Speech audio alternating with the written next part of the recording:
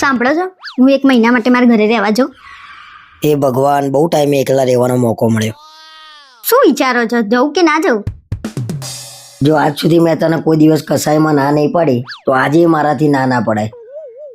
પણ તારા વગર ગમશે નહીં. ખરેખર તમને મારા વગર નહીં ગમે?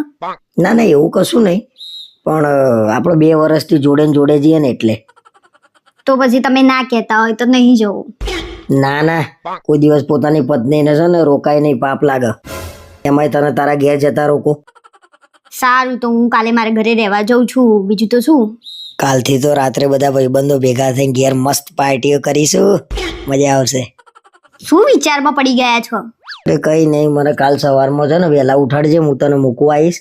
અને મને પહેલાની જેમ 3 ટાઈમ ફોન કરવાનો તારા. સારું. હલો મમ્મી, હું રહેવા નહીં આવવાની, પછી કોઈક દિવસ આવીશ.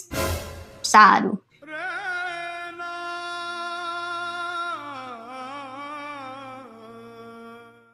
તમને મારા વગર ના ફાવે ને એટલે હું નહીં જવાની.